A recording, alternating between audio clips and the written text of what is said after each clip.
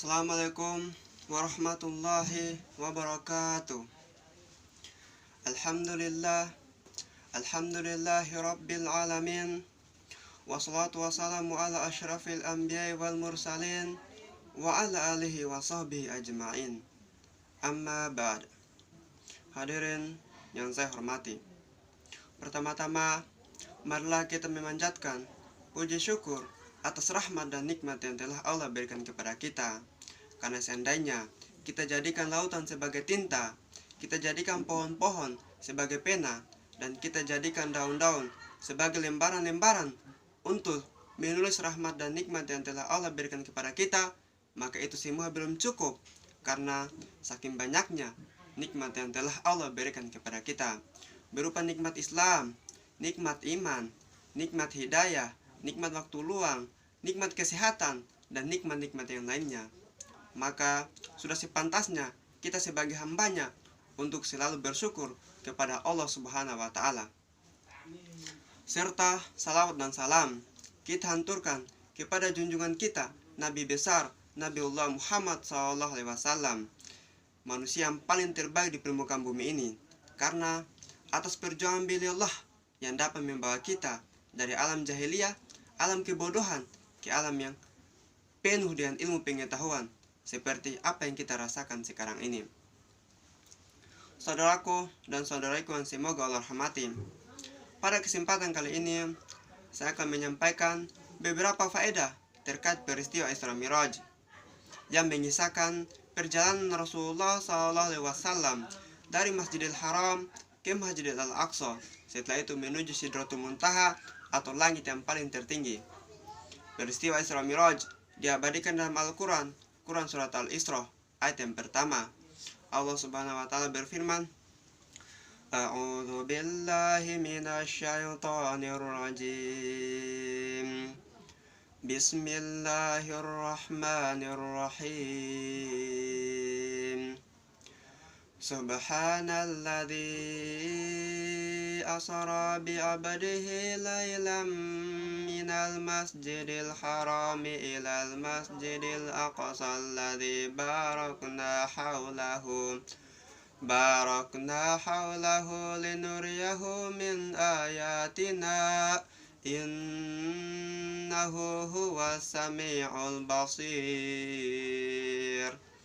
Yang artinya, Maha suci Allah yang telah memperjalankan hambanya Muhammad pada malam hari dari Masjidil Haram ke Masjidil Al-Aqsa, yang telah kami berkahi sekelilingnya agar kami perlihatkan sebagian dari tanda-tanda kebesaran kami. Sesungguhnya Dia Maha mendengar lagi Maha melihat.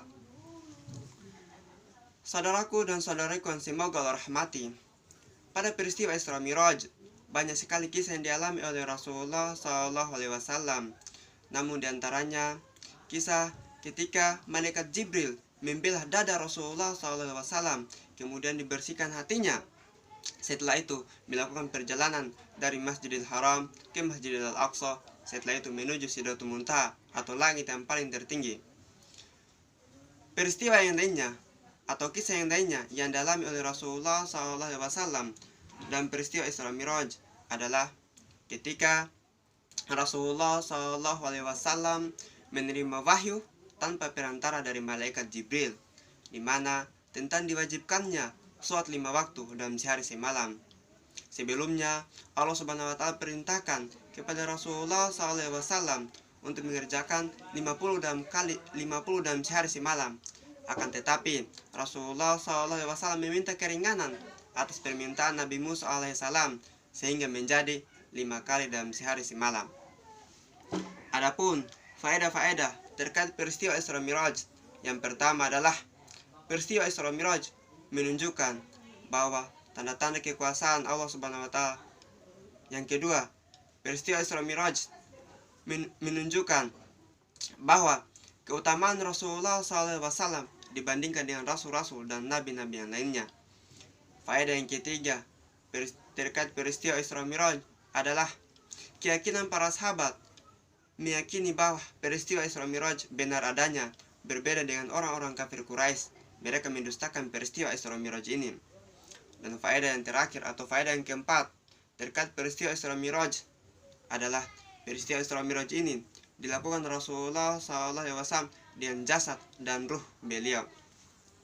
Saudaraku dan saudaraku yang semoga Allah rahmati, dari peristiwa Isra Miraj ini, kita sebagai umat Islam tidak perlu bersedih, tidak perlu berkecil hati ketika melihat orang-orang kafir, mereka berlomba-lomba menciptakan teknologi-teknologi yang canggih, membuat teknologi-teknologi yang bagus, bahkan membuat teknologi-teknologi yang sangat luar biasa hanya untuk mencapai bulan. Padahal 14 abad yang lalu, manusia yang paling terbaik di permukaan bumi ini sudah bertemu langsung dengan menciptakan alam semesta.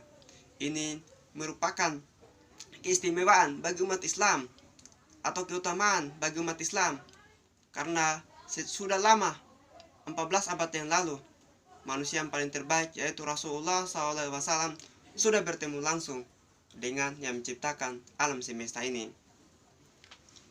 Saudaraku dan saudaraku yang semoga Allah rahmati, mungkin itu saja materi yang dapat saya sampaikan pada kesempatan kali ini. Adapun ada tutur kata yang salah, mohon dimaafkan. Dan saya akhiri dengan ucapan wabillahi taufiq wal hidayah. Wassalamualaikum warahmatullahi wabarakatuh.